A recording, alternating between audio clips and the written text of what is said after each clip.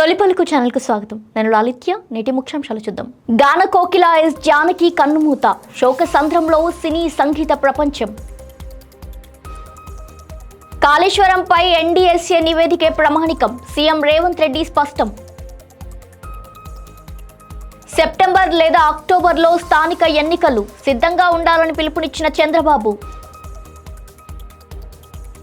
సాగునీటి విషయంలో ప్రభుత్వ విఫలం, ముఖ్యమంత్రిపై మాజీ మంత్రి హరీష్ రావు తీవ్ర విమర్శలు.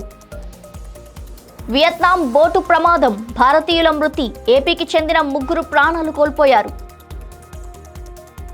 బొల్లారం పారిశ్రామిక ప్రాంతంలో భారీ అగ్ని ప్రమాదం, పరుపుల గోదాం దగ్ధం. అతివేగం బీభత్సం, ఫిలిం నగర్లో అపార్ట్మెంట్ గేటును ఢీకొట్టిన ఫెరారీ కారు.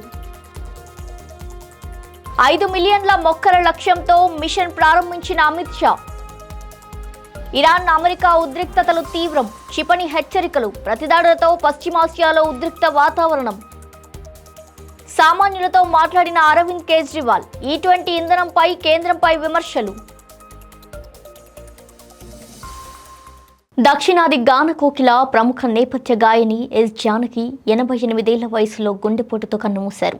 మైసూరులో చికిత్స పొందుతూ ఆమె తుది శ్వాస విడిచారు. 5 దశాబ్దాలకు పైగా సాగిన సంగీత ప్రస్థానంలో 20కి పైగా భాషల్లో 50,000కు పైగా పాటలు ఆలపించి భారతీయ సంగీత ప్రపంచంలో చిరస్థాయిగా నిలిచారు. 4 జాతీయ పురస్కారాలు, 10 నంది పురస్కారాలతో పాటు ఎన్నో గౌరవాలు అందుకున్న ఆమె మరణంతో సినీ సంగీత రంగం విషాదంలో మునిగిపోయింది. ఏపీ ముఖ్యమంత్రి నారా చంద్రబాబు నాయుడు, ఉప ముఖ్యమంత్రి పవన్ కళ్యాణ్, మంత్రి నారా లోకేష్, తెలంగాణ ముఖ్యమంత్రి రేవంత్ రెడ్డి ఆమె మృతి పట్ల ప్రగాఢ సానుభూతి వ్యక్తం చేస్తూ భారతీయ సంగీతానికి ఆమె చేసిన సేవలు చిరస్మరణీయమంటూ నివాళులర్పించారు. మేడిగడ్డ, అన్నారం, సుందిల్లా బ్యారేజీల్లో నీటిని నిల్వ చేయకుండా ఎత్తిపోతలు ఎలా సాధ్యమవుతాయని ముఖ్యమంత్రి రేవంత్ రెడ్డి ప్రశ్నించారు. బ్యారేజీలు అవసరం లేకపోతే భారీ వ్యయంతో వాటిని ఎందుకు నిర్మించారని గత ప్రభుత్వాన్ని ప్రశ్నించారు. కాళేశ్వరం పునరుద్ధరణలో ఎన్డీఎస్ఏ తుది నివేదికనే ప్రామాణికంగా తీసుకుని ముందుకు సాగుతున్నామని, కేంద్రం నియమించిన నిపుణుల కమిటీ సూచనల ప్రకారమే చర్యలు ఉంటాయని స్పష్టం చేశారు. 2020 మే 18న మేడిగడ్డ బ్యారేజ్ లోపాలపై ఎగ్జిక్యూటివ్ ఇంజనీర్ లేఖ రాసినా అప్పటి ప్రభుత్వం పట్టించుకోలేదని ఆరోపించారు. ఎన్డీఎస్ఏ నిపుణులు బాధ్యత తీసుకుంటే తమ ప్రభుత్వానికి ఎలాంటి అభ్యంతరం లేదని, కాళేశ్వరం ప్రాజెక్టుపై రాజకీయ ఆరోపణలతో ప్రజలను తప్పుదోవ పట్టించే ప్రయత్నాలు జరుగుతున్నాయని రేవంత్ రెడ్డి విమర్శించారు. ఓటర్ జాబితాల ప్రత్యేక సమగ్ర సవరణ పూర్తయిన వెంటనే సెప్టెంబర్ నెలాఖరులో లేదా అక్టోబర్లో స్థానిక సంస్థల ఎన్నికలు నిర్వహిస్తామని ఏపీ ముఖ్యమంత్రి నారా చంద్రబాబు నాయుడు తెలిపారు. పార్టీ శ్రేణులు ఎన్నికలకు సిద్ధంగా ఉండాలని సూచించారు. ఈ నెల 15న కూటమి పార్టీల రాష్ట్ర స్థాయి సమన్వయ కమిటీ సమావేశం నిర్వహించాలని నిర్ణయించినట్టు వెల్లడించారు. సామాజిక మాధ్యమాల్లో దుష్ప్రచారాన్ని సమర్థవంతంగా తిప్పికొట్టాలని, ప్రభుత్వ సంక్షేమ కార్యక్రమాలను ప్రజల్లోకి తీసుకెళ్లాలని నేతలకు దిశానిర్దేశం చేశారు. రాయలసీమ అభివృద్ధిపై రాయలసీమ రైజింగ్ పేరుతో ప్రచారం చేపట్టాలని, ఎమ్మెల్యేలకు ఆగస్టులో 2 రోజుల రీఓరియంటేషన్ వర్క్షాప్ నిర్వహిస్తామని చంద్రబాబు తెలిపారు. మాజీ మంత్రి హరీష్ రావు సాగునీటి అంశంలో కాంగ్రెస్ ప్రభుత్వంపై ముఖ్యమంత్రి రేవంత్ రెడ్డిపై తీవ్ర విమర్శలు గుప్పించారు. కన్నెపల్లి నుంచి నీటిని ఎత్తిపోసే అవకాశం ఉన్నప్పటికీ ప్రభుత్వం కావాలనే పంపులను ప్రారంభించడం లేదని ఆరోపించారు. పదవీ విరమణ పొందిన ఇంజనీర్లు, నీటిపారుదల శాఖ అధికారులు సూచనలు చేసినా కూడా ప్రభుత్వం పట్టించుకోవడం లేదన్నారు.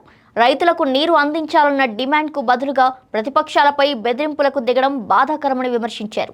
కాళేశ్వరం ప్రాజెక్టుపై ఆరోపణలు చేసే ప్రయత్నంలో రైతుల ప్రయోజనాలను విస్మరిస్తున్నారని ఆరోపించారు. దేవాదుల ప్రాజెక్టులో పూర్తి స్థాయిలో మోటార్లు ఎందుకు నడపడం లేదని ప్రశ్నించిన హరీష్ రావు, భద్రాచలానికి ముప్పు ఉందన్న ప్రభుత్వ వాదన వాస్తవాలకు విరుద్ధమంటూ కొట్టిపారేశారు. రైతుల కోసం అవసరమైతే ఎలాంటి పోరాటానికైనా సిద్ధమని ఆయన స్పష్టం చేశారు. వియత్నాంలోని ద్వీపం సమీపంలో భారతీయ పర్యాటకులతో వెళ్తున్న టూరిస్ట్ బోటు బోల్తా పడిన ఘటనలో పలువురు ప్రాణాలు కోల్పోయారు.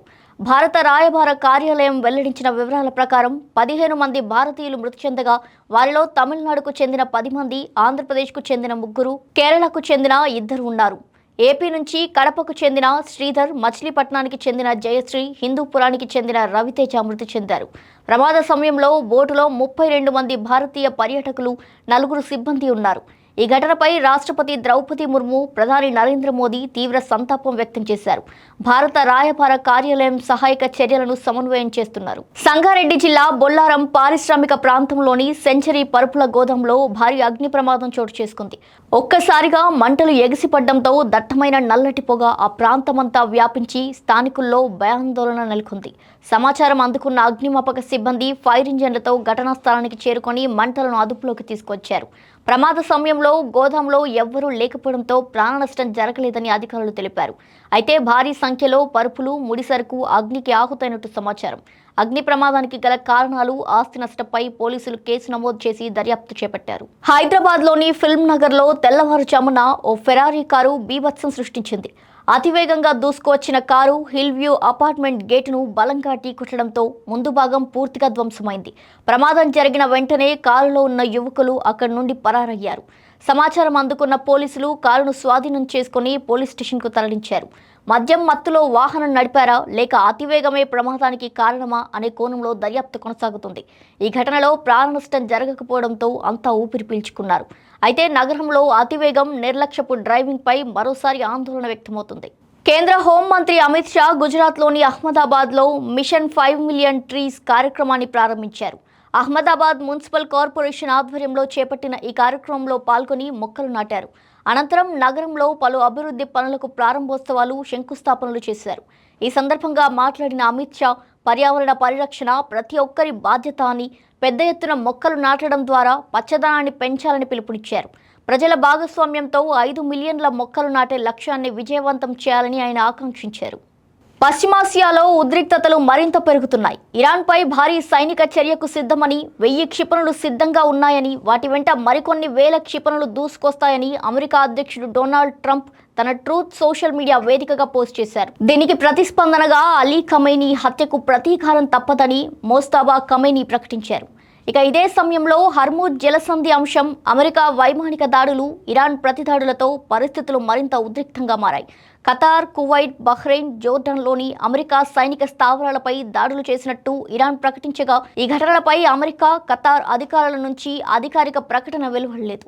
E20 ఇంధనంపై ఆమ్ ఆద్మీ పార్టీ జాతీయ కన్వీనర్ అరవింద్ కేజ్రీవాల్ మరోసారి కేంద్ర ప్రభుత్వాన్ని లక్ష్యంగా చేసుకున్నారు. ఢిల్లీలోని పెట్రోల్ బంకుల వద్ద వాహనదారులు, కార్ మెకానిక్లతో నేరుగా మాట్లాడిన ఆయన E20 ఇంధనం వల్ల వాహనాలు తరచూ మరమ్మతులకు గురవుతున్నాయని, మైలేజ్ కూడా గణనీయంగా తగ్గుతుందంటూ ప్రజలు తమకు చెప్పారని పేర్కొన్నారు. దీంతో ముఖ్యంగా మధ్యతరగతి కుటుంబాలు అదనపు ఆర్థిక భారం మోస్తున్నాయని అన్నారు. టీవీ చర్చలు, విలేకరుల సమావేశాలతో సమస్యలు పరిష్కారం కావని, ప్రజలపై E20 ఇంధనాన్ని బలవంతంగా రుద్దడాన్ని వెంటనే నిలిపివేయాలని కేంద్ర ప్రభుత్వాన్ని అరవింద్ కేజ్రీవాల్ డిమాండ్ చేశారు. ఇవే వాటి బులెటిన్ డీటెయిల్స్. మరో బులెటిన్తో మళ్ళీ కలుద్దాం. చూస్తూనే ఉండండి తొలి పలుకు న్యూస్.